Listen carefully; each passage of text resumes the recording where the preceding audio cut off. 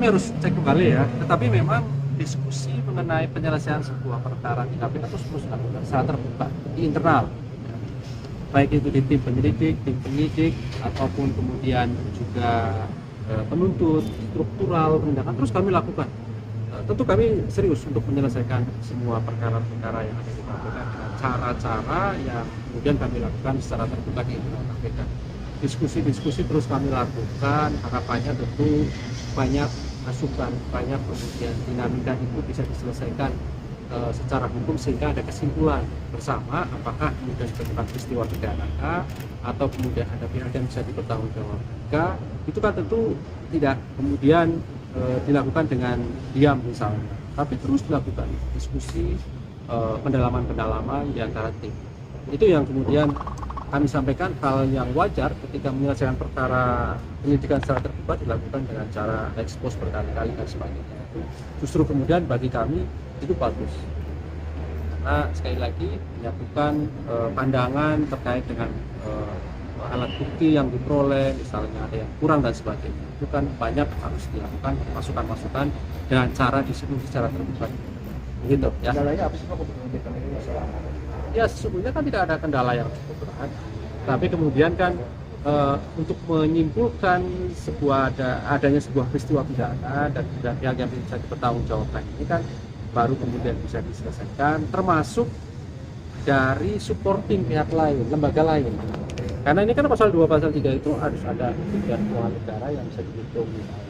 Ini kan juga harus dibutuhkan support dari lembaga lain, BPK, BPKP, ataupun di internal KPK sekarang kan sudah ada accounting forensik kan. Itu juga bagian dari kemudian penilaian-penilaian terkait dengan pemenuhan unsur-unsur secara materi di dalam pasal 2, pasal 3 dapat merugikan keuangan negara atau perekonomian negara. Ini juga kemudian tentu menjadi diskusi yang harus dilakukan pendalaman secara menyeluruh gitu. Yang pada kiranya ketika nanti kemudian di proses persidangan benar-benar ada kerugian yang nyata misalnya, ini kan harus ada ahli yang mendukung. Nah ini dari awal terus dikoordinasikan. Jadi ini sebagai pemahaman bersama ya, pasal 2, pasal 3 ini kan berhubungan dengan kerugian keuangan negara. Yang menghitung kerugian keuangan negara itu adalah lembaga lain seperti BPK. KPK sendiri juga bisa saat ini melalui accounting forensik.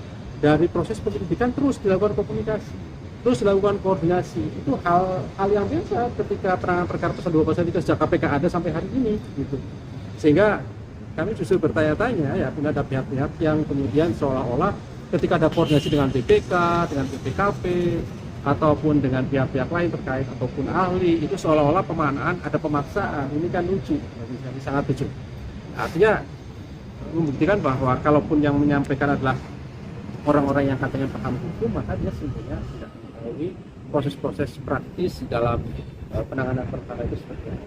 Tentu dong dalam penanganan perkara ya harus ada koordinasi dari awal, apalagi pasal 2, pasal 3 ya, dengan penyelidiknya, penuntutnya, struktural, pimpinan, dan supportingnya gitu kan, BPK, BPKP, dan accounting forensik untuk memastikan bahwa seluruh materi di dalam kegiatan penyelidikan maupun penyidikan itu terpenuhi gitu. Kalau dari accounting forensik KPK itu kerugian negara yang penting. Jadi begini, jumlah kerugian keuangan negara itu nanti dalam proses penyidikan.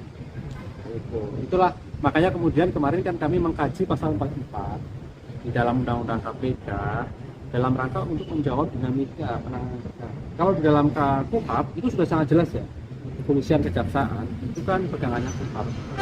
Sangat jelas apa itu penyelidikan, yaitu ketika melakukan peristiwa pidana. Apa itu penyidikan? Untuk menemukan ya kan orang yang bisa dipertanggungjawabkan sebagai tersangka.